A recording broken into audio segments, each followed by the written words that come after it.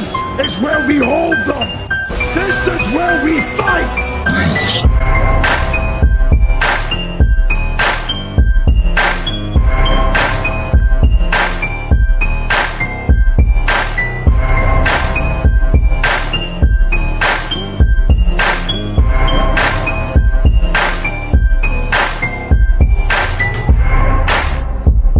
You are now listening to Sweep the Rack podcast featuring Brooklyn Rob and Big Mike.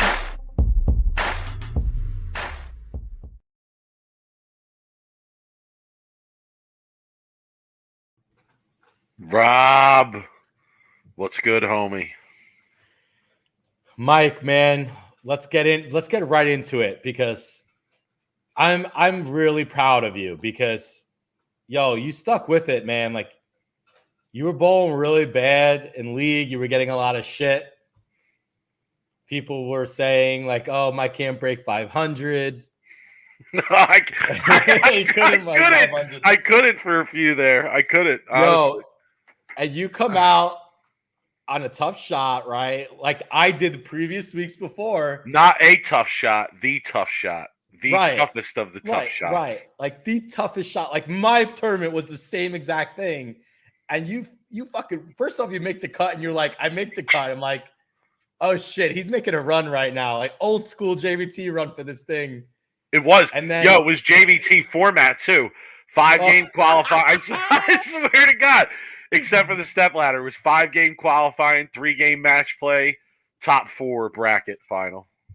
Dude, that's awesome. So you both. So what happened? What's up? What JD? What's good? One of the people that finished above me in the tournament. But again, Rob, continue. I love the praise. I appreciate it. Man, because you deserve it. Because look, like it's easy in this day and age, and a lot of people today get pissed and discouraged when they bowl sport shots and they bowl league and they average tough and they have bad weeks. They bowl 450, 500, and they just kind of give up, right? But that's not in your mentality. You're not a guy to kind of give up. So you work at it, you practice, you go whenever you can to practice on a sports shot.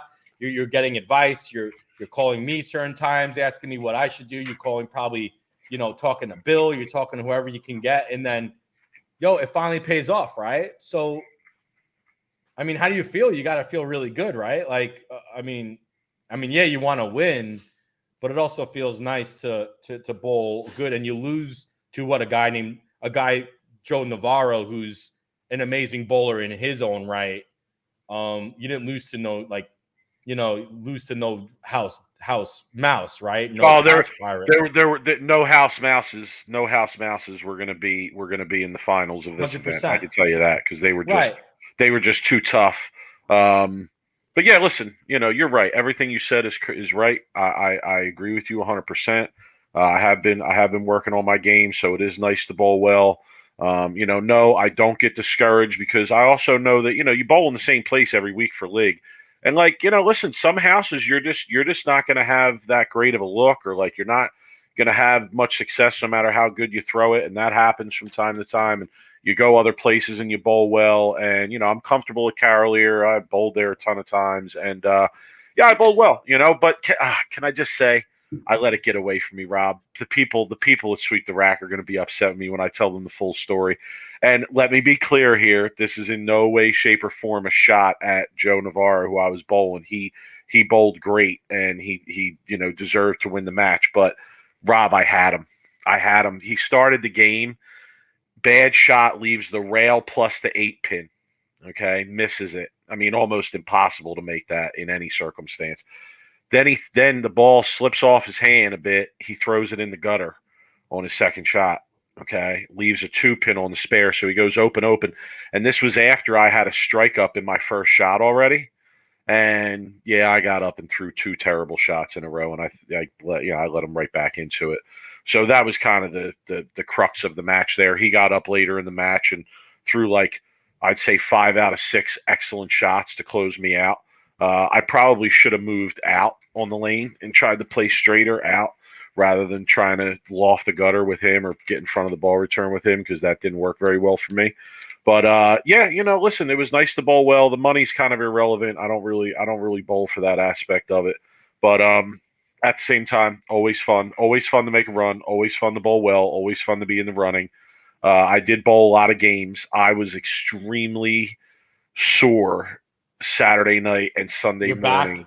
Your back, Nah, right? Lower you know back, what? No, knees? my back was fine. My knees were fine. You know what it is? And honestly, I think I really got to like replace the sole in my right foot bowling shoe. Yo, my right foot just killing me. I mean, it was like, oh, it was terrible. Yeah, my right foot. Yeah, like I was very confused by that myself, but nonetheless, bowled good. It's always nice to bowl. Then I went back to Lig last night. And I don't know. I mean, I felt like I threw it pretty good and pretty similarly.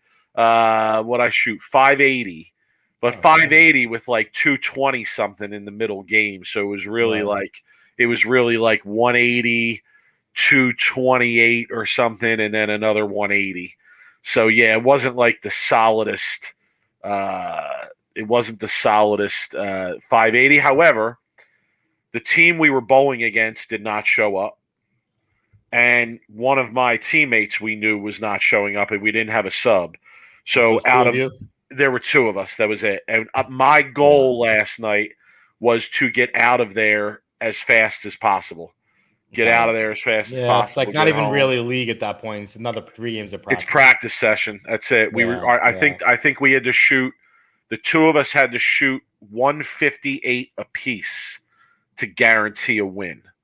So I told my teammate, we need 158. Let's get up, let's buckle down, let's make good shots, make our spares, but let's bowl with a pace here, and let's make this a practice session and get out of here. People asking, hour and a half. Are there any Mr. X updates? He's still around. His team's in near last. He's still around. I can't even. And the reason is this, because if you've been following along, you should realize the irony of what's happened with Mr. X. Mr. X was on our team. He quit our team. Yep. The guy who's now out, who hasn't shown up for the last 2 weeks that we haven't been able to get a sub for, and he's my boy. Shout to Dorita. And he injured his back, so like I'm not hating on him either. But he hasn't shown up. We haven't gotten a sub. And Mr. X told us when he quit that if something happened with Dorita, that he would come in and he would bowl for Dorita. But now he can't because he's on this other team. So here we are bowling with a 170-something blind, and Mr. X is down there on a team that's in nearly last, bowling on a different team. And it's just frustrating as hell to me. It is. It's just so frustrating. Like, I'm so done. And then he comes down and he wants to chit-chat with my teammate and me, and I'm like, you know me, Rob. Like, I got no time for this shit at all, besides the point. But with all this going on, it's like, definitely, please, like, just stay over there. So, it's racked my brain a little bit for sure. Robert Hamilton wants to know what's up with the dinner. Yeah, so I had dinner. I'm not front. I had dinner plans already before I went to bowl on Saturday. Went out with some college buddies. We were still celebrating our profits of our St. Peter's NCAA tournament run. So where'd you go? We went to a place called Cousin Seafood Bar in Marlboro, New Jersey. It's about 20 minutes from my house. Awesome place. Love the vibe. Love the whole. It's like a C and B scene type place around here, which I know is hard to believe because we're in the sticks of Jersey, but just take my word. And we got the seafood tower. Dude, the tower is always the best. The tower was sick. The tower was sick. We had some Wagyu. We had some Wagyu steak. We had some paella. I mean, it was. If Punch approves it, it's good, man. Oh, you've been there, Punch? All right. Dude, if Bill approves it, it's good. Okay. All right. Anthony Battaglia, another local, chiming in saying great spot. Yeah. And listen, let me tell you the best part. Shout to my homie, the captain, Ian Gallagher. Shout to my guy who picked up the tab, picked up the whole tab. Baller shit. I mean, baller shit. Picked up the whole tab, refused to let us pay. I don't even know why. I think because he didn't come to the North Carolina game with us, and we offered him a ticket, and I think he felt a little guilty for not coming. Good, screw it. So I picked up the bar tab because we got there earlier at the bar. I picked that up. Me and my homie GQ split the tip, because we refused to let Ian pay for the entire thing. So Ian covered the bill, we covered the tip, and I covered the bar tab. But yeah, man, what a night. Great meal, great day, bowled well. League, whatever, we won 9. We're kind of in the running. We're in like 4th place. We probably might move up to 3rd after last week, but I know 2nd and 1st are somewhat ahead of us. So we'd have to win some head-to-head matchups. But I'm also on spring break this week. So while all this was going on, I had off since Friday. So I was off Friday, Saturday. I'm off all this week. So we're having a good time. So people are getting mad at us, Rob. People are getting mad. All right, folks, we got time. Everybody relax. All right, Rob, you bowled the tournament over the weekend as well. How did it go? So I went Saturday to B3 Performance in Tempe. Shout out to Brandy, Mike Calderon. Always an awesome practice there. It's your new home away from home, dog. I'm going every Saturday to practice for an hour. I feel like no doubt. So dude, I didn't have a good practice. I bowled for an hour. I felt terrible. Couldn't make good shots. Was missing spares. Didn't really have a lot of like good momentum going into Sunday. And then I get there Sunday. They used a 43-foot kegel pattern. Never seen the pattern before. Bowled in that place once before. Honestly, it was a rough day. I started out decent. Couldn't get more than 9 the first 2 games. And then I made a crucial ball switch in the 3rd game. That was a huge mistake. So the scores were around 2-0 to 2-10. And I made a ball. I started out 2-0, 190, was kind of just grinding around, hanging around. And then I made a ball switch thinking the scores were going to be higher than they were. Instead of playing what the gate lane was giving me, I tried to make a big ball switch. And I literally got caught in super purgatory, couldn't strike. Every time I made a bad shot, I 7'd, 6'd. Every time I made a good shot, I 9'd. Went through 4 bowling balls, went like 165, 150, or 149. Dropped a ton in the field. And then I made a right ball switch, made a right move, and started to actually bowl pretty decent. And then I finished like 30 under for 7. And the cut, 60. I finished 60 under for 7. So I averaged around 190.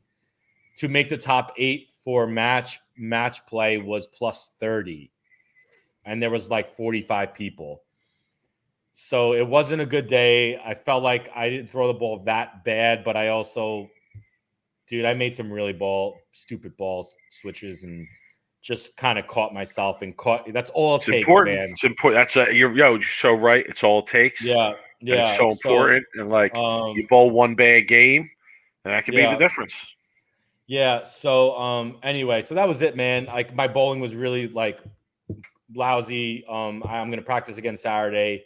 I'm actually going to work with I'm going to start working with Josh Blanchard on a monthly basis for an hour. He's going to start like seeing my game and trying to work with me to maybe get to a better point or just a better shot making.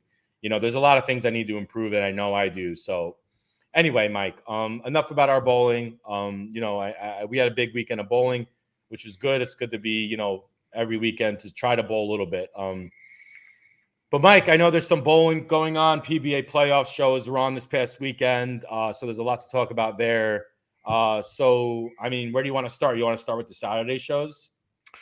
Well, I was going to go in order of interest to me, if that's okay with you.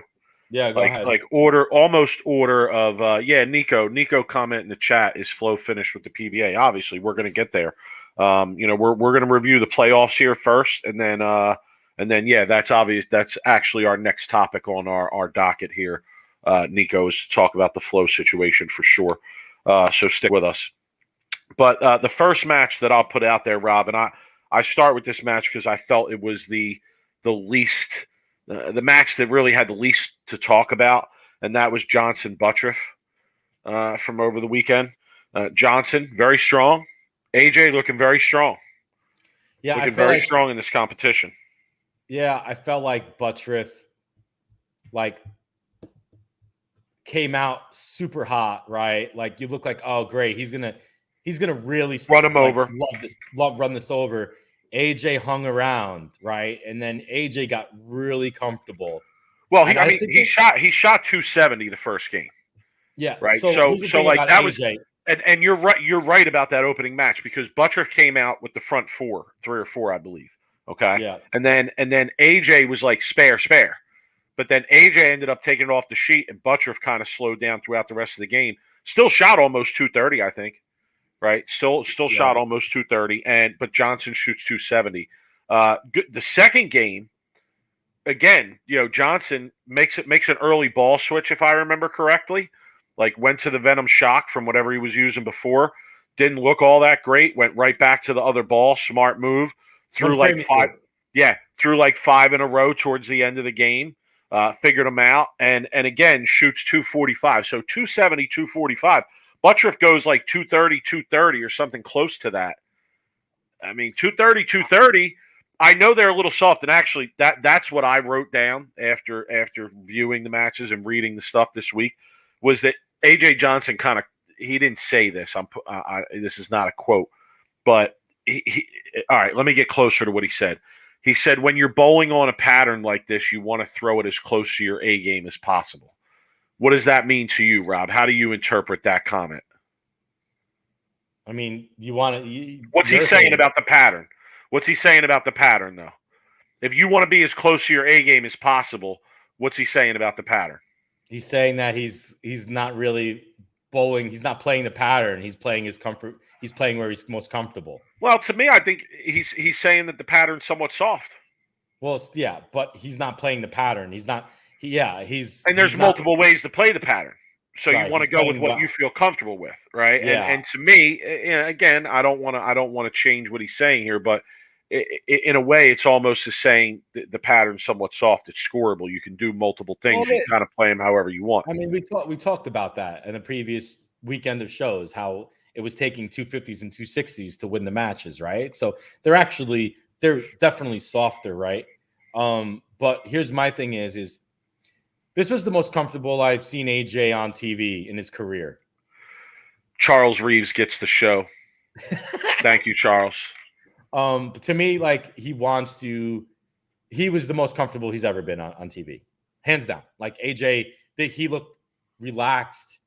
Now, was that a correlation to his ball reaction and the lanes being a little bit softer? Probably, but it doesn't hurt to feel comfortable out there. It doesn't, but it doesn't definitely. There's still, even if they're easy on TV, there's still a lot of nerves to get through on TV, right? And the way Butcher started out, like you figured AJ would have been like, oh God, like he went through the nose he struck, he had 4 or 5 in a row. AJ stuck with it, he hung around, and he got into like serial killer mode, honestly. Yeah, like, all right. So he was nasty. AJ Johnson stamps his ticket to the final 8. Jimmy in the chat. What's good, Jimmy? Yeah, talking about the carry, obviously. And Jesper Svensson commented on the same thing in the article on PBA.com, wrapping up the action, about how he was fortunate to carry some of the shots that he did based on the carry in the Kegel Center.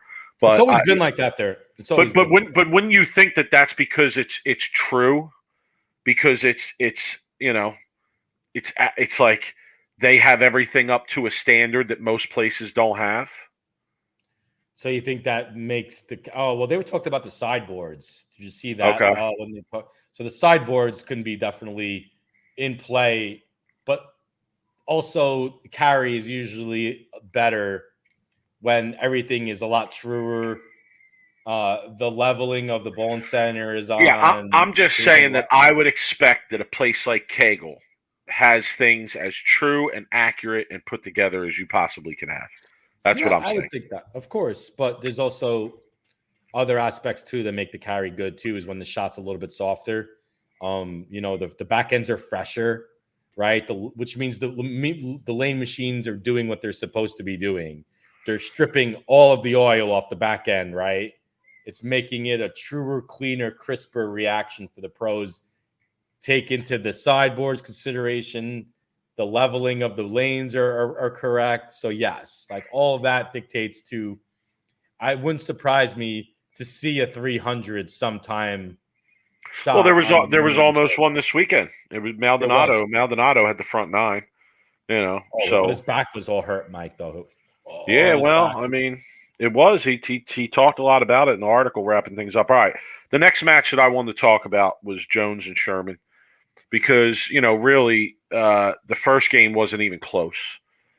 Tommy ran him over, and Sherman didn't bowl very well at all. And then the second game, to me, kind of came down to one key shot, and that was the ninth frame from Sherman, where he wasn't ahead in the match, but he was in the match.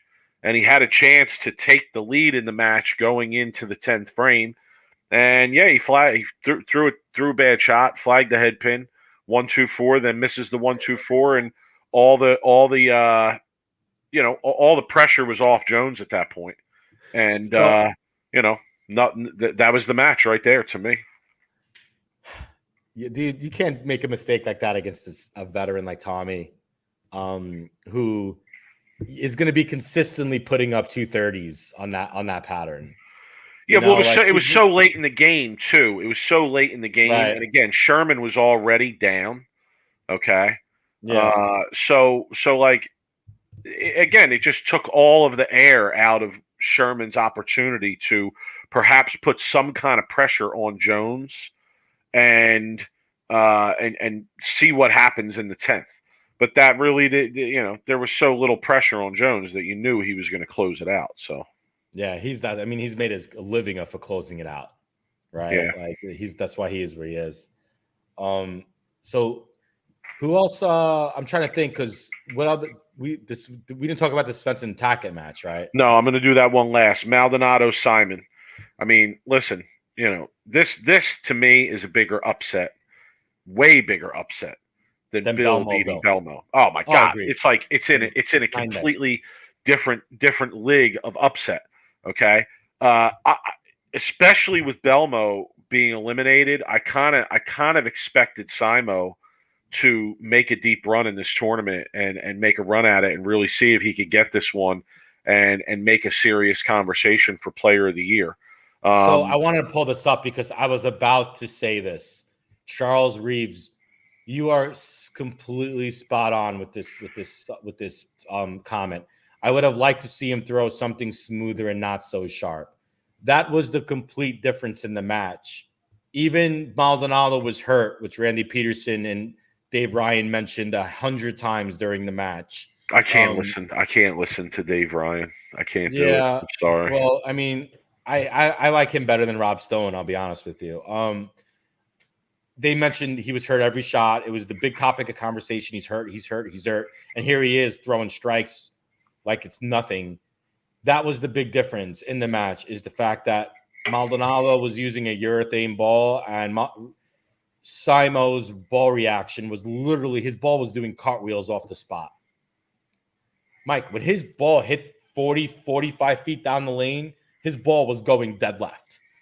There was no he couldn't figure it out. And then when he tried to move left off of it, he would two pin or strike, and then he would go back and the ball would, if he slowed it down a little bit, he was dead face again. Oh, he was getting he looked like me on Saturday or Sunday bowling. Like he just wanted to put his head through a wall. And here Maldonado's gimping to the line and just throwing the front nine and being like, I can't believe I'm striking. I'm so hurt. And I can't imagine how pissed Simo was leaving that bowling center.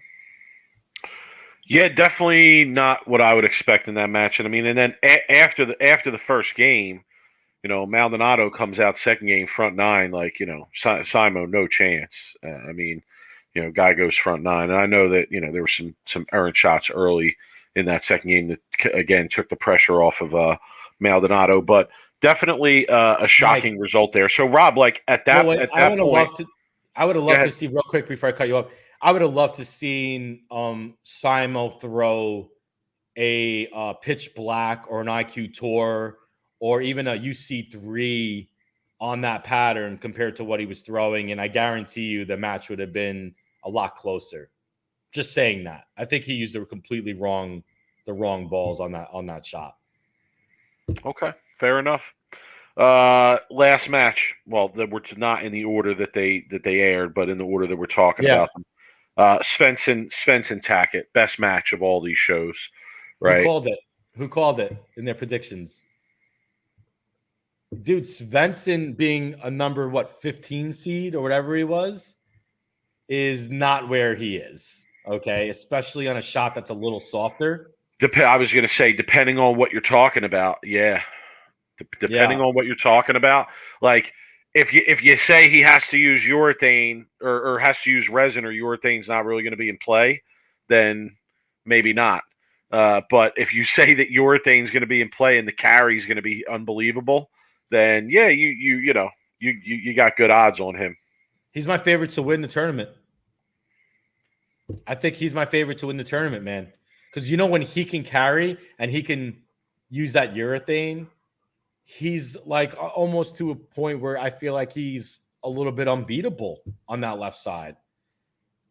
I really like his chances to at least go to the finals. And obviously a lot can happen in a one-game match. But the odds I would get on him right now to win would be amazing odds that you would have to consider, right? In the top 8. Yeah, no question. He did get lucky. Or did he get lucky, or did Tackett just do EJ Tackett things on TV? Come on, Tackett gagged this one. No, he gagged it. I mean, it's not fair to say that. I know everybody gets all upset at us when we say things like this because we're talking about professional bowlers in a way that critiques them. But sorry, man, I got to go either Svensson or you can't say Kyle Troop would be the favorite to win the tournament right now. Honestly, like the way Kyle bowled and the way Svensson looked, like you gotta like the two-handed style on this, Mike. No, like in general. I mean, yeah, I kind of made some bets in the first round based on that idea, but I also have to say this. Dom Barrett versus Chris Prather would not surprise me if the winner of that match wins this tournament. Yeah. No, I would disagree with that. Okay. No. All right. I mean, Rob, at this point, the number 1, number 2, and number 3 seeds are out of this tournament. Guess, Rob, guess who the number 4 and 5 seeds were in this bracket? Dom Barrett and Chris Prather. I don't know. I have to look. Okay. So, no, that's who it was. I'm telling you. I'm telling you. I'm on mute. Hold on, I can't hear you. I don't think I'm on mute. I shouldn't be on mute. I think your headphones died. Can you people in the chat hear me or no? You can't hear me.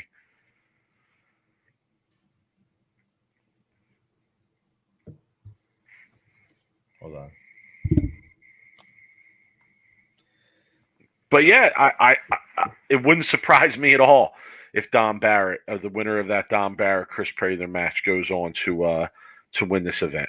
Right, Chris Prather has won this event already, so wouldn't be. Dom Barrett won a major earlier this year, so he's been bowling good for some time.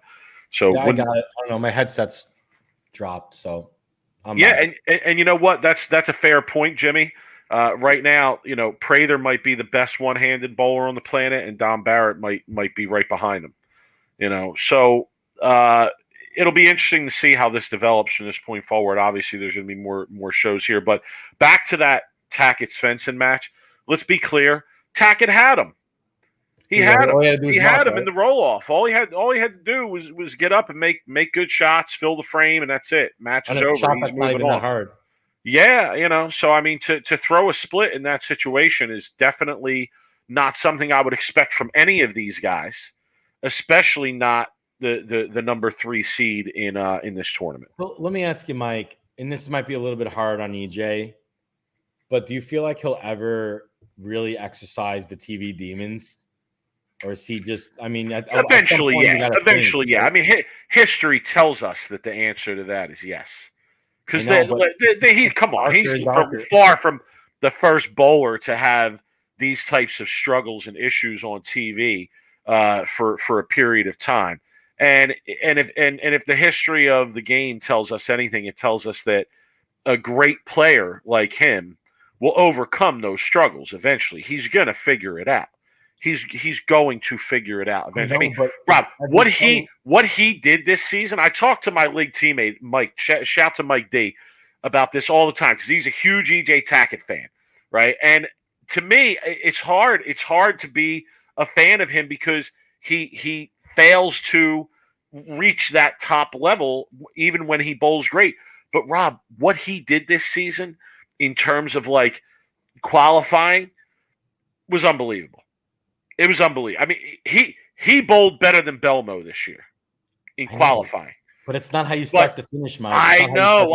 Come on. Obviously, right? Like Belmo is who he is because he raises his game when he gets to that next stage. In fact, Belmo's kind of the opposite. Like there's times when I watch him, I feel like he's tinkering around during qualifying. Like he's trying 100%, but he's trying this, he's trying that. He's like playing his position, etc.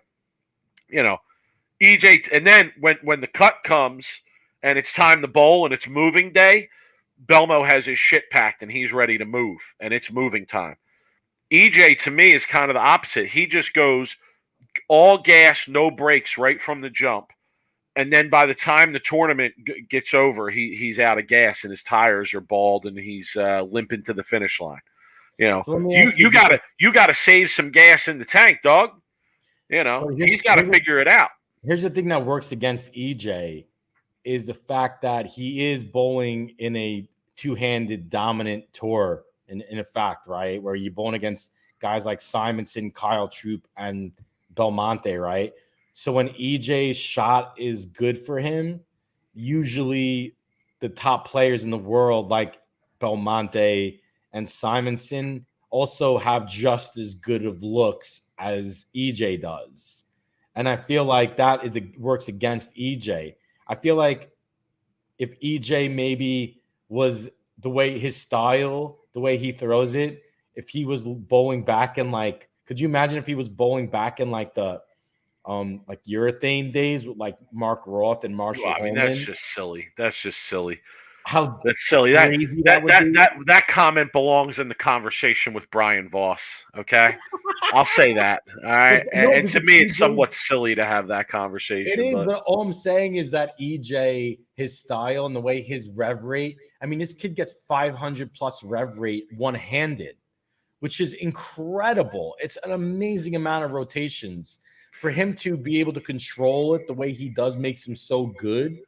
But I feel like when he's bowling at his best, he's never going to get rid of a Belmonte or a Simonson or a Troop, and he's going to have to learn how to beat these guys on TV in order to get to where he wants to go.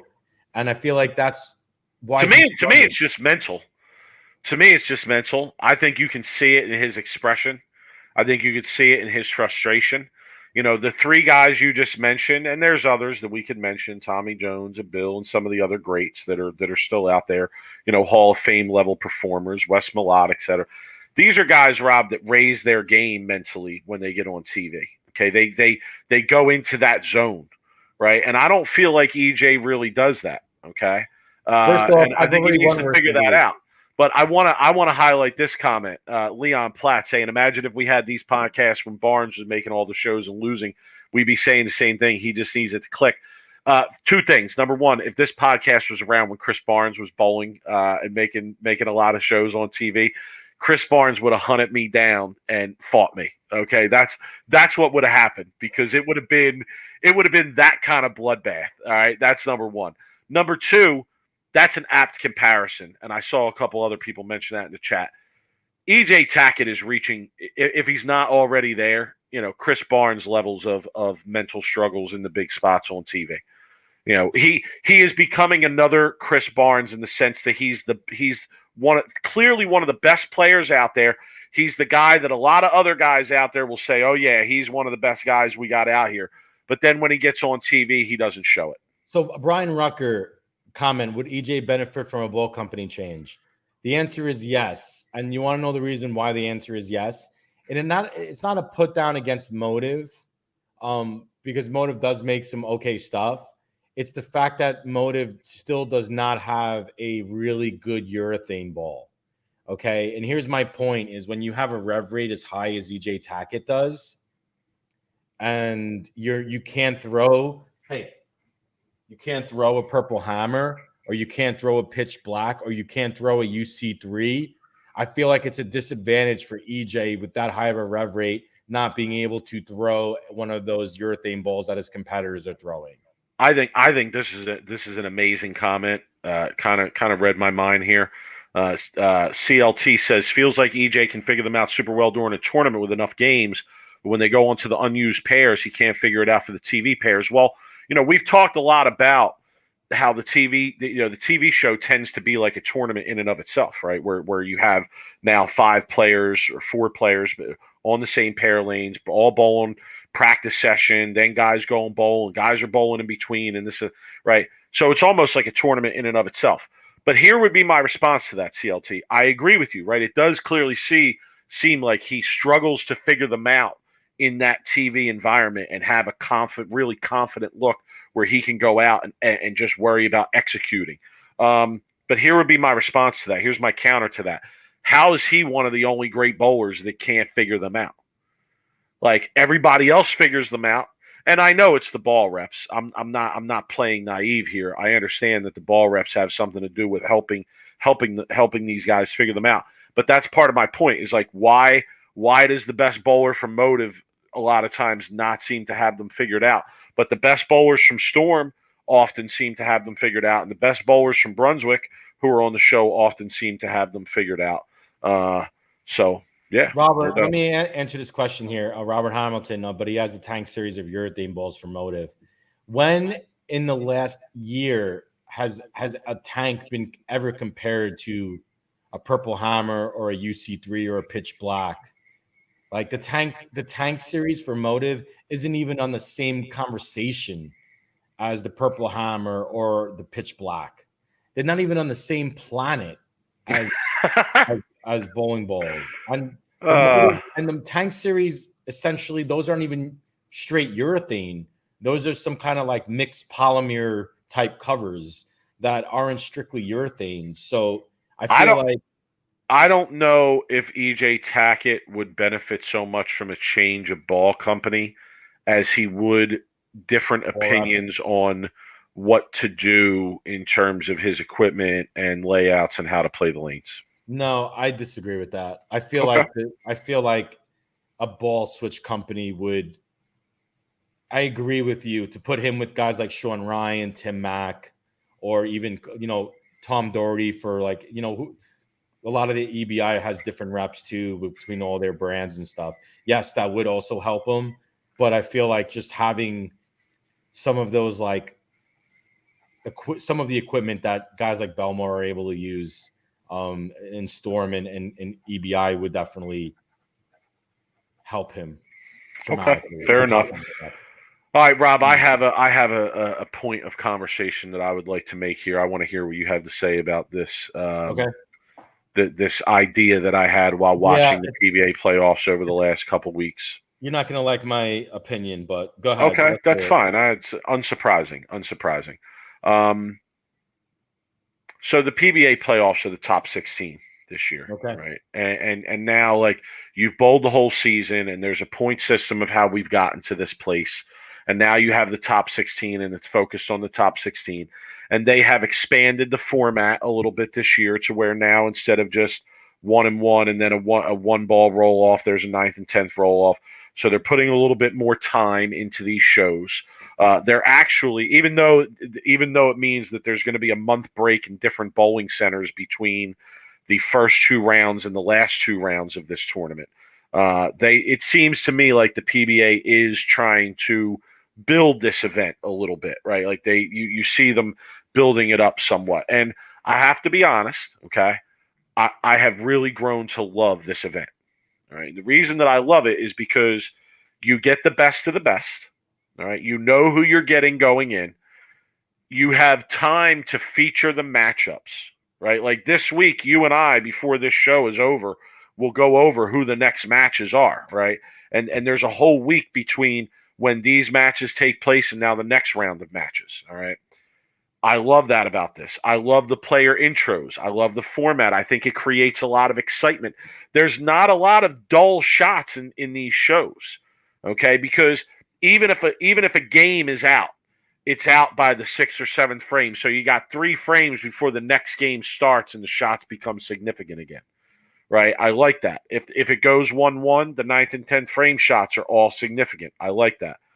So here's my point, right? And this is we're going to talk about how flow bowling is probably done with PBA bowling. So keep that in mind too, because there's kind of a connection between these topics here. But here's my thought: should the PBA in general just focus on the top 16 or maybe even top 24 players? And hear me out, Rob. Hear me out before you respond. Let me just present a bit of my case here, right? Look at the PBA playoffs and what they're doing with it. Look at the predictability of it. Look at the opportunity to promote the players that you know are going to be the top players, right? Like you and I could have sat down at the beginning of this season and probably picked 8 to 10 of the 16 guys that were going to be in this competition, and we knew they were going to be in this competition. Easy. Okay? Easily done, right? You also have it where all the other competitions lead up to this, right? I would still like to keep that in place. I would like to have tons of bowling, tons of professional bowling open to anyone that leads up to what becomes the focus of the PBA tour for TV anyway, outside of the majors, obviously.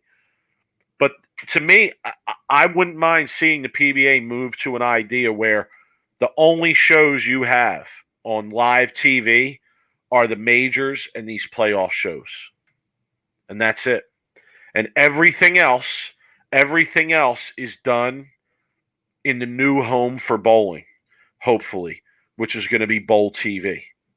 And you have everything else done there, and you get it down to this top 16 every year, and you really promote the shit out of this top 16, and you make the majors and the top 16 the real focus of professional bowling. And you know what?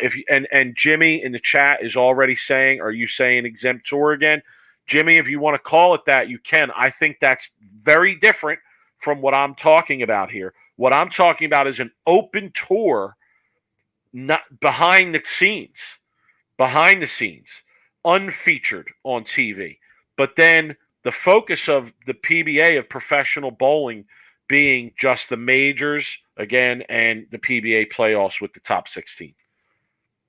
Rob, what do you think? What are you going to do with the PBA league? Well, you could still keep the PBA league because that's more of a summer event. I'm talking about the bulk of this season that we just saw, right? You want to keep the PBA league as a summer event? I mean, really, if you want me to go crazy with it, I'll split the time. I'll split the time between the league and the playoffs. So but your quote unquote the best week of bowling is the World Series of Bowling. So are you saying that we shouldn't broadcast any of the World Series of Bowling and put that strictly on BowlTV? I do. I am. But that's the best week of bowling. You're going to want to put that on BowlTV? Yeah, but you know what, Rob? It's only the best week in bowling to the hardcore people. And those hardcore people like me are going to watch no matter where it is. And what I'm talking about here with boiling it down to the top 16 and making that the focus of the PBA live TV shows, I just think it has the opportunity to present a much better product to the fans that aren't watching already, where you can promote the players, you can promote the betting, because again, here's a few comments to this. Okay, I think Charles Reeves hit it also again. Been having a good night, Charles. You're on point tonight, buddy. If you do that, he gets the show. He gets the show. If you do that, Mike, you can go best of 5 matches in the playoffs. Exactly. There's you could do that, but every show has to be alive. You have to bet on every show. There has to, it has to, you almost have to set it up like the NCAA bracket is, right? The way they do it, right? Where the whole schedule or the whole season builds up to the PBA playoffs. You might have to throw a lot more money into that tournament. Yep. Right. But that's what I'm saying. Like if I was going to go your direction, I don't agree with that direction. I think you could do all of it. Honestly, I think you could put all of it on TV and you could build up to the playoffs. I don't think you exclusively have to do the majors and just the playoffs on TV. Yeah, but wouldn't it work the other way though? Wouldn't it work the other way where if what I'm saying is successful and you get the fan base, now people want to see more of how the players get there, and that's how you create those opportunities for more bowling to be on TV. So you mean by like what? Like promoting them? You mean, okay, explain that again. Like making this change, growing the viewer base through this type of change. And then once the viewer base grows, then you have the opportunity to show more events on TV because the people want it. You now have the viewer base to dictate that. So what would, in your opinion, why would the viewership grow with this new format, with this new PBA playoff like model? Like why would the new viewers tune in? What would bring them in? Okay. I think the opportunity to promote the players that you know are going to make it, right, that are likely to make it. I think the format gets people interested more easily because it's an easier format to understand. It's more predictable in terms of who's going to be on what shows because the bracket is weekly. So instead of having a whole tournament each week, well, now we only have these bracket matches for the week. So you start out with 8 matches in the year, 8. Well, maybe you give the top 4 guys a bye, or even top 8 a bye, and you start with 24, 16. So you have 8 matches, 4 matches, 2 matches, 1 match. So here's the thing: is what they would really need to do if they were to go on this like new format that you say. The PBA would have to do an amazing job setting this up for success, meaning they would have to have a bracket selection show. Yep. Okay. Where they could even do that live on FS1. Maybe have you could do that the same show when they maybe run the Chris Paul event, right? You do a Chris Paul event and then you do a bracket selection show. I don't know. I'm just throwing ideas, right? And then you would have, Randy and whoever you have. You'd have some pros, and then you'd have the top 16 that were selected, and then you would have to have the experts weigh in. They could bring in, you and I, right, on the show, and we could go through each match, and we could do our own bracket predictions. You could also run a contest with all the fans, where the fans get to select their bracket picks, give out some maybe money for someone with a perfect bracket. I'm just saying they would really have to try to incorporate, like, what the NCAA does with their bracket, how that bracket gets set up, and all the talk and all the analysis. Well, it's got to be promoted. Right? I mean, that's what you're saying. It's got to be promoted. I want to bring this comment up. Okay. Patrick D says PBA needs to find a way to have their stars on more often. If it means cutting the field, they should do that. Look at any other individual sport like fighting UFC. You want to see the people you're familiar with, and those guys tend to perform the best on TV. That's my point. That's part of my point of why I want to see this change, because you can promote the guys who are going to be the top players, or among the top players at the end of the season. I saw another comment here by Jimmy saying, keep the majors on Fox. It's a key to adding sport. Yeah, Jimmy, I'm all about that. In fact, here's what I'd like to see. I'd like to see the 4 majors almost be an update show as well on the standings of the run to the PBA finale, to the top 16. So like you have a couple events, then you have a major, and in that major you have an update on the first couple events. Then you have a few more events. You have another major on TV. You give another update on the events. You have another few events. You have another major on TV. Then the final major tells you, okay, here's your top 16. Here's what they are, right? That's when the official PBA season on TV now starts, where the PBA is going to be on every week, maybe multiple days in a week, a Saturday and a Sunday. But you're right, though. Monday through Friday, the promotion has to be there. Now, how crazy would this be? Now, furthering in your idea, right? Imagine if they decided that instead of doing a top 16, that they were going to expand this and they were going to start this bracket at a top 64, like the NCAA. Yeah, I don't like that, though. I don't like it. I don't like it because I want the predictability of the players. Yes, but you all know the player, like a bracket style and match play, and you do a best 3 out of 5. Now, I'm not saying you have to live broadcast the whole 64. You would only maybe broadcast the match play of the top 16 or the top 32 or probably 16, but you started at a bigger bracket and then you just dwindle it down. I feel like, yes, you're going to see the same probably people, but the Masters does something similar to that too, but this would be on a bigger scale. I don't know. I'm just throwing that out there. Yeah, I get what you're saying. I want it all based on total results because I want the 16 most consistent, best guys. somebody, Daniel in the chat saying, give the major winners a guaranteed spot. They almost get one anyway. Yeah. If you win a major, you're going to be in the top 16 in points anyway, Daniel. So that's what I'm saying. But listen, it's just an idea. I thought it was interesting to throw it out there. Yeah, if you want to hit us up on social media or you want to email us and give us your thoughts, go ahead. Rob, I transition into the connected topic to this. To BowlTV. Right? And the reason that one of the things that got me thinking about this idea was that big news. I think it's big news anyway. Some might disagree, but I think it's big news because, Rob, we love to speculate here, and I think there's some easy speculation here. I think there's some very clear handwriting on the wall here in this situation. This week, news came out that Flo, who had traditionally broadcast the PBA 50, was not going to be broadcasting the PBA 50, and that BowlTV was actually going to be taking over the broadcasting of the PBA 50, which began this week. So Flo is out on the PBA 50. BowlTV is in. Rob, I have so much to say about this. I really do. I first of all, let's start here, and I'll respond to whatever you want, Rob, piece by piece or all together. Flo's out with bowling. I mean, the writing was on the wall. Yeah, no surprise there, right? We kind of saw that coming anyway. This is the first piece of that, right? Rob, we fully expect that whatever end of this contract is for Flo with the PBA, that Flo is out.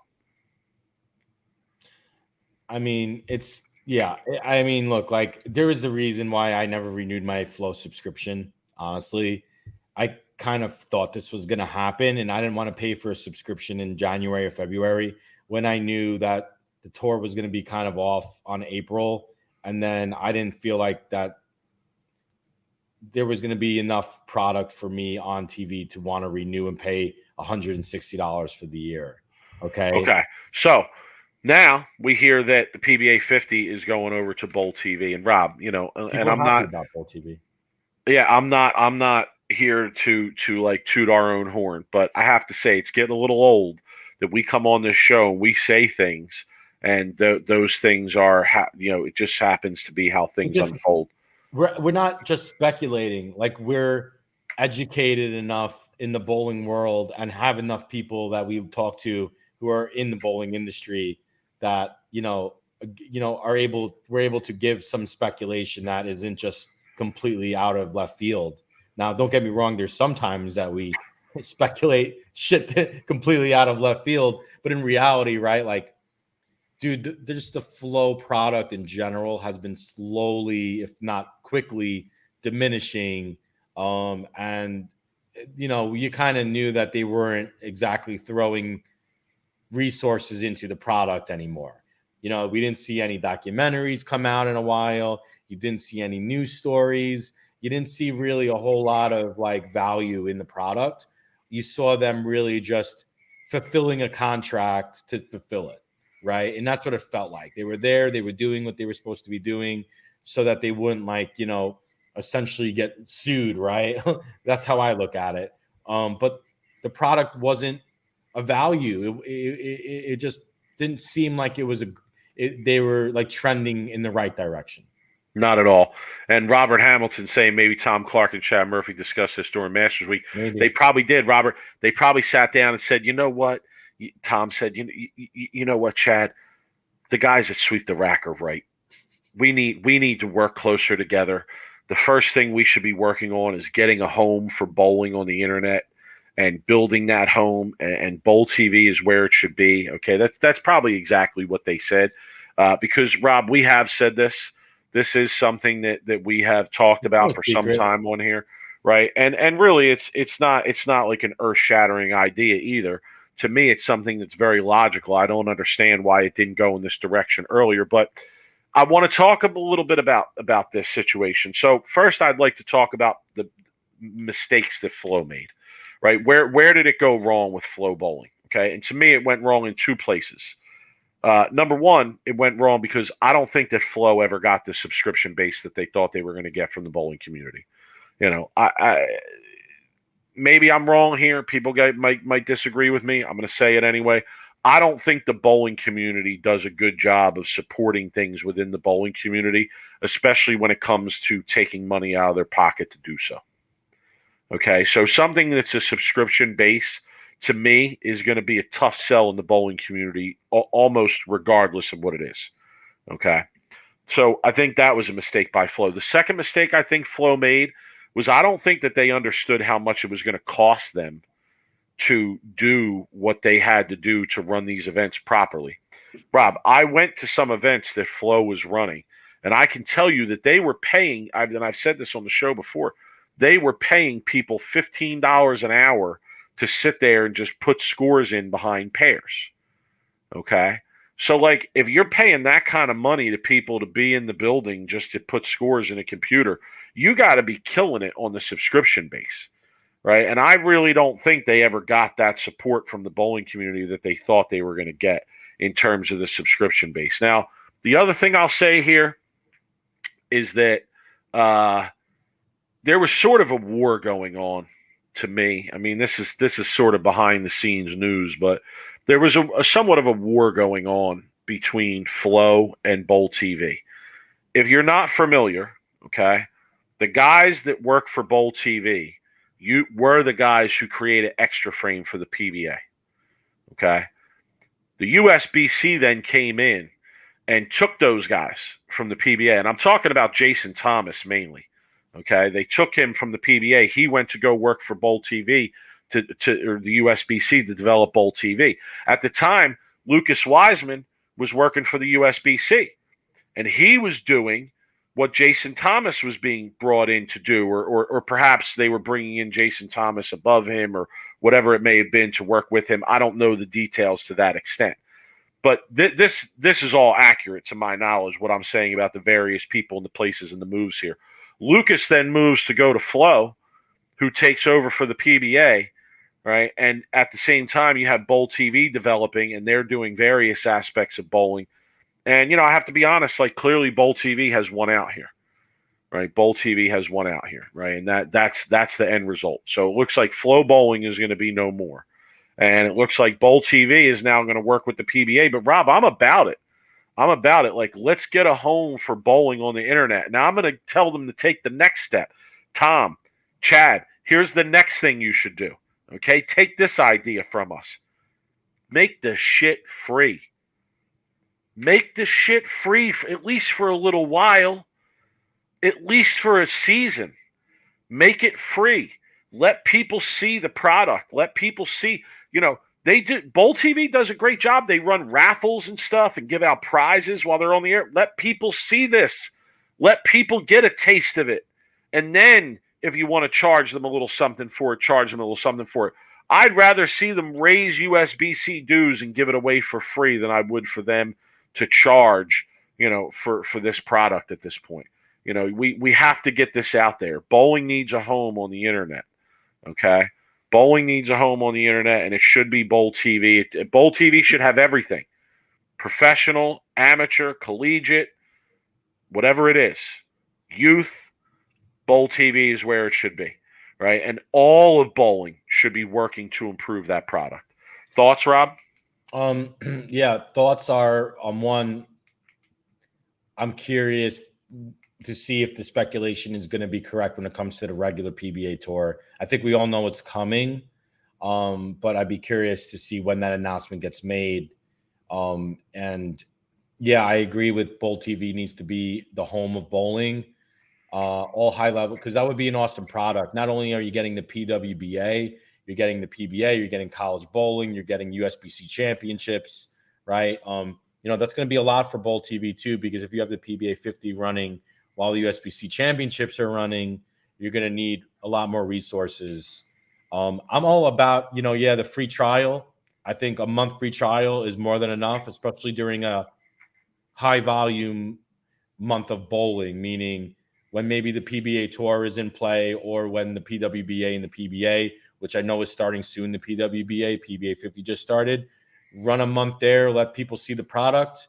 And then, you know, you have to put your credit card for the free subscription. And then you run an automatic like subscription of whatever it is, $9.99 a month. The key here is two things. One, you charge people per month and you let them cancel at any time. Okay? Don't try this bullshit year thing where you have to pay for a year up front. I feel like bowlers would rather be able to pay a month fee for the months they want to watch. Maybe they don't care about the PWBA. Maybe they don't care about the PBA 50. Maybe they just want to watch the regular PBA tour. Let them pay for the 4 months that the PBA tour is on. Let them re-sign up for another month where the PBA is back on. Give the bowlers and the fans an option to quit and then come back on when they want to. Okay, don't make me pay for a year and then have no bowling to stream for 3 months. That's what was happening with Flow Bowling. It was bullshit. I was paying a year and it was going 3 or 4 months where there wasn't bowling on the streaming service. So what the hell am I paying for a year? I felt like I'm getting shit on right now. I'm paying for a month that I'm not even seeing any bowling. Okay. Here's my other point is if you're going to do it right. I agree. Put some resources into it because this is the future of bowling. The streaming service is very important to the PBA. It's very important to sponsorships. Okay. Get more cameras. Okay. They don't have to be commentary. There doesn't have to be, there would like to be scores so you could follow what your guys are doing. I think that's important. Let me watch Bill bowl all 16 or 24 games of qualifying for the US Open if I want to watch Bill. If you want to watch Belmonte and watch all of his qualifying games, you should be able to watch Jason Belmonte. If you want to watch your hometown hero who's going to try to bowl the Masters, you should be able to watch your hometown hero bowl the USB Masters and go 500 under if you want to. Okay? Yeah, there was a conversation on Twitter about that, and Mike Flanagan chimed in. And I asked him straight up, like, Mike, what's the issue that's stopping a bowling streaming service from having more cameras? And he was saying that it's not so much the cost of the cameras and things of that nature. It's more the bandwidth of the centers that they're in and the Wi-Fi, right? And then I said to him, well, like, why can't that problem be corrected? And his response was that they would need the center owner to then contact their provider and pay for like an upgraded service, but they're probably going to have to pay for 2 years worth of that service when the event is only going on for a week. Now, I mean, listen, we live in a very technologically advanced society. I am not aware of all these things. It's just hard for me to believe that there's not some product out there for this type of purpose, where like you want to come into. Yeah, you want to come into an area with bad Wi-Fi or low bandwidth, and you want to add to it with your own service of some kind. Like, I don't know, but listen, if that's the problem, then that's what these guys need to be on. Whoever's involved with BowlTV, that's the problem you need to be working on. You need to be working on how do we perfect these streaming services? How do we get this to the point where we control the quality of what's going on here and the size and scope of what we can do. Because Rob's right. Like until they get it to that point, to me, it's not something that people are going to be willing to pay that much for. You said $10 a month. Like I'm not, that to me, that's a lot to pay for the products that are out there right now. But if you're giving the bowlers, if you're giving people PWBA, PBA 50, USBC championships, professional bowlers tour, you're giving them college, right? National IBCs, women IBCs, right? Women, Yeah, but I think most bowling fans, they don't care about that. That's more like the parents of the kids who are bowling. But this is like brings quality to the streaming service, right? And then you maybe give them access to archive and be able to watch all the old PBA shows, right? And I'm thinking more of like the WWE network. I know you laugh at me because of WWE network, but you're able to watch 1982 WrestleMania, right? You're able to watch 1992 Royal Rumble. Bowling should be in that same place where, Mike, if you want to watch the 1986 AC Delco Classic, you should be able to put that in and then watch that, right? I agree. How cool would that be? Mike, you want to watch the Randy Peterson Stone 8 show or the Bob Learn Erie, Pennsylvania show. You could type it in and you could watch the whole show from scratch. Right. This is where the streaming service. Now that's something that you can pay, charge more of a service or subscription fee. $10 or $15 a month for all the live streams and all the archive shows. The resources that you would need to really do that are also extremely, extremely tough, and hard to come by. But I'm sure there's somewhere where the PBA has these shows archived. okay, to put them on and do it. Like, hey, reach out to King of TV Bowling. We had him on, right? I'm sure he would be able to give you all kinds of VHRs, VCR discs where you could put them and digitize them and put them on a streaming. All I'm saying is this is where a guy like Vince McMahon, who's a billionaire, saw the future of his wrestling $1 billion product on a streaming service, and he was able to deliver it. It's going to be a lot for bowling, and I know it's going to be a lot of resources to do, but this is where you need to have a bigger picture for bowling. And if you're not going to have it on TV consistently, you need to come up with a product that people want to pay $9.99 or $14.99 a month. True. All right, Rob, let's give the people what they come here for. Yes, sir. I'm ready.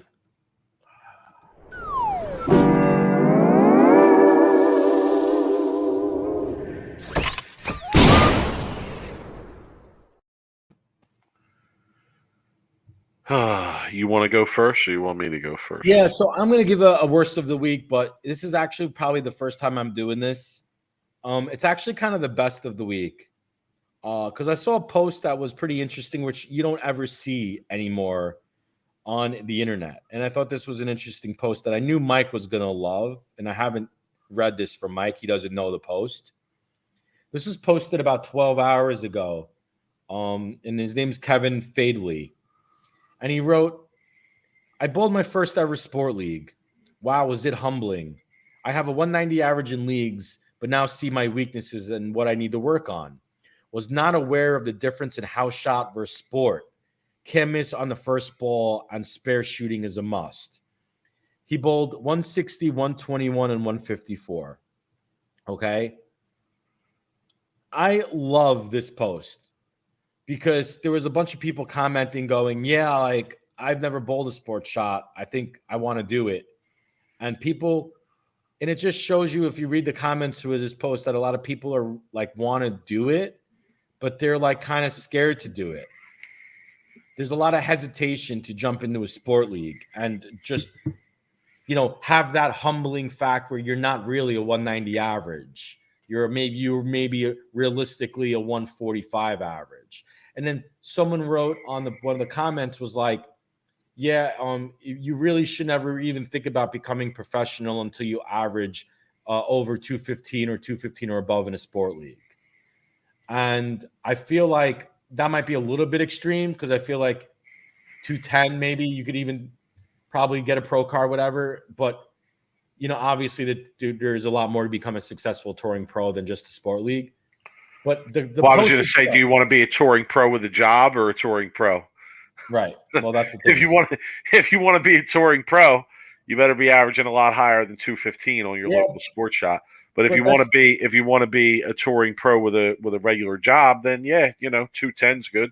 But I'm saying is like 215 on a sport league is a lot, especially depending on how tough they're making them. If you're bowling on flat patterns, and you average 215, that's really good. But all I'm saying is that post itself wasn't worst of the week. To me, that was, Mike, it was a little bit of a sigh of relief from all the worst of the week posts we see on a weekly and yearly basis to something that was really like a great post. It was real humbling to see this kid come in, admit that, I'm not a 140 average and I'm not a 190 average, and it's really hard to bowl good on a sports shot, but I know where my weaknesses are. So kudos to that gentleman. I feel like I wish I'd see more of that on the internet instead of, just bragging about bowling 7 300s and the state record in Wisconsin where 3 840s were shot and whatever else bullshit. Is this dude really coming in our chat to ask me if I'm alive when I'm here doing the podcast? Are your fingers broken, dog? Are your fingers broken? Who has more to do, me or you? One worst of the week. Me or you? He comes on here to say, "Oh, you don't call anymore." Are your fingers broken? My phone's right here, dog. Hit me up. Hit me up. Who has more on their plate, me or you? Please, come on. Cut me a break. Yeah. Jesus. Anyway, so Mike, all okay. Right. So I gave a best of the week, which is odd and rare for me, but I'm relying on you to really hit us hard with a worst of the week. All right, here's my worst of the week. You don't ever have to worry about me being positive up in here. Worst of the week comes from the Hammer Bowling message board. This was actually sent to me by Brandon Chambers. Shout out to Brandon. This is from Hayden Laredo. Hayden Laredo from the Hammer message board. He posts the following. Are you guys ready for this? My widow is hollow. How do I go about my warranty? What do you mean it's hollow? It means I don't know. You'd have to ask Hayden Laredo. So he wants. Wait. So the ball came with no core. I guess it's hollow. Nothing in it. Yo, Hammer Bowling. What are you doing? You forgot to make Hayden's ball without a core in it. How does he go about his warranty? That's where you see those posts about like pizza when they forget to put sauce and cheese on your pizza, and they just give you like bread. Hammer Bowling Hammer needs to get it together, man. I think worst of the week should go to Hammer Bowling. Hollow balls, that must hit like shit. Could you imagine? You'd be leaving pocket like full racks. hit the 1-3 and get 2. You wouldn't get anything. The ball would hit and go in the gutter. The pins would still be standing. Yeah, you might knock down a couple. I don't know. 15-pound hollow ball, you might knock down a couple. Man. Could the ball even be 15? Yeah, I guess it could be. If even without something in the middle. Yeah, it might be able to. Probably like 3 pounds. He like picked it up. I don't know. The cores aren't that heavy, I don't think. I mean the core, yeah, but if it's hollow, it's just a cover. True. So when that's all I got. So when he drilled the holes, did it just like were holes in the cover and there was nothing? I guess you just stick your fingers all the way in there, right in the middle. You could wiggle them all around if you want. No, the ball must have fit really good though because he had a lot of room. You could probably touch your fingers, like put them in the ball and then touch them together. Hey, how much tape did he use? Like none. He was able to put his fingers together in the ball. No.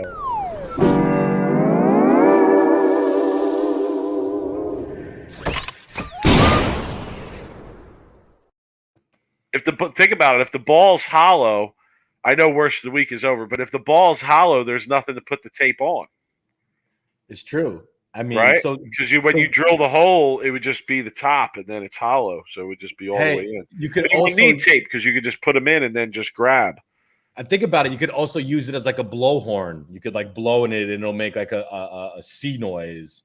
You know, remember what the Vikings they used to use like when they're on the ships to let everyone know they're coming. Like you would do that actually with a Hammer bowling ball. Crazy, Mike. There's a lot of stuff you could do. You could put flowers in it. Ooh, water. You could put water in the bowling ball. You could make it a pot. Yo, it's not just a bowling ball, man. There's a lot of different uses for this. I'm liking it. Ooh, candy. You could put candy in it, and you could like give it to your kids. There's a lot of stuff you could do with a hollow bowling ball. This is a new invention. I like it. All right, Rob. Final thoughts here.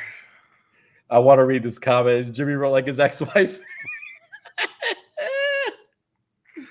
Oh, final thoughts. I don't really have anything really to talk about, honestly. Like, this is the first tournament I've bowled since coming out of retirement that I didn't really bowl well. And it was the first tournament I left, and I still had a good feeling like bowling. Like, it was weird because normally I would leave these tournaments and I'd be really hard on myself. And since I've came out of retirement or whatever you want to call it, hiatus, like I really have tried to put a new mental swing on it that I wasn't going to be really too hard on myself if I didn't really bowl good. And I didn't. I came back, I put things in perspective. I need to go practice more. I need to work on some stuff. I reached out to Josh Blanchard. He's going to work on me. And, I really am trying to get ready to bowl USBC Nationals Memorial Day weekend. I have a good partner. His name is Wesley Lowe, if you've heard of him. And I'm, going to be bowling the Tat in July. So, I feel like I'm just like, this is all like preparation. And I do have another tournament in a few weeks. So, that'll be another sport shot. And then, some city tournament shit. So, that was my final thought. My final thought is I watched another podcast had on Brian Voss. It was Bone and Zano Zone. Okay. How'd that go? I didn't get a chance to listen to it. I only got to watch the first like 35 minutes or so. Okay. Well, it's a lot. And I have to go back and watch the rest of it, at some point over this weekend. So I'm going to reserve comment on it before I watch the entire thing. Okay. But I hate to say this, but my final thought here is going to be like, initially, I was not vibing with what Brian Voss was saying. Oh, really? I thought you would like be on like the same level with him in a weird way.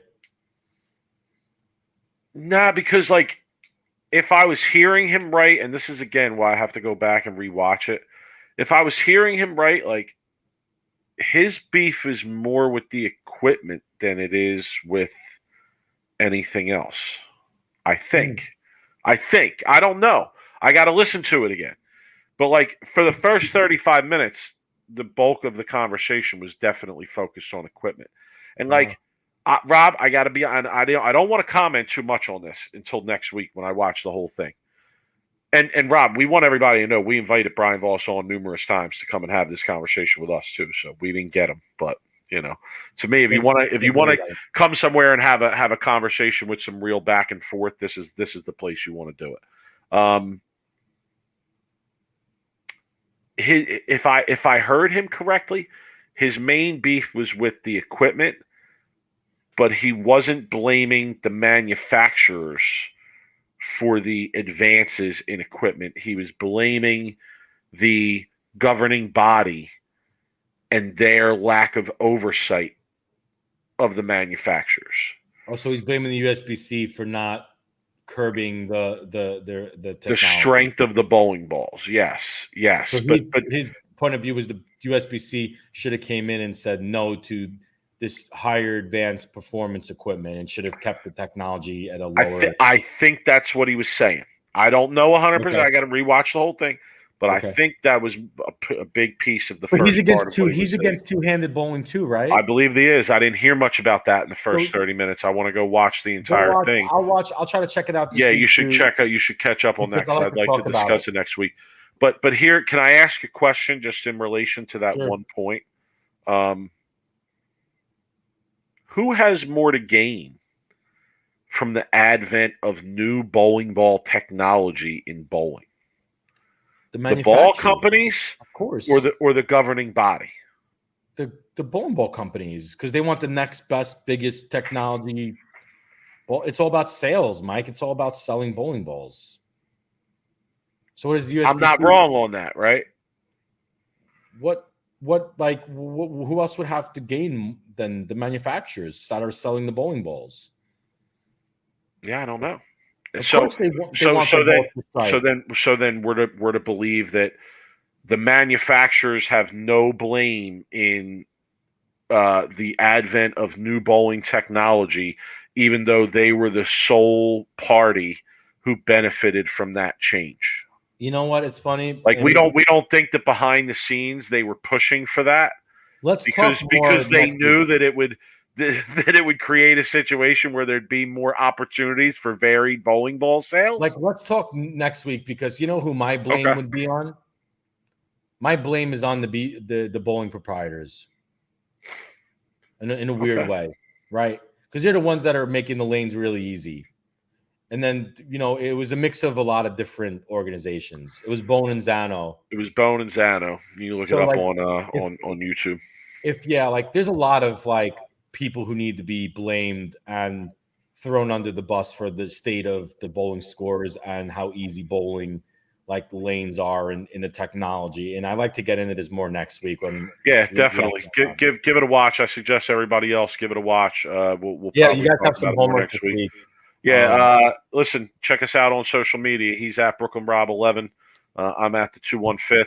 Hit us up through email, sweeptherack@gmail. Check out our website that Rob designed. It's sweeptherackbowling.com. Hit us up. Let us know what's good, folks. Have a good week. Enjoy the weekend. We'll see everybody next Wednesday. Peace.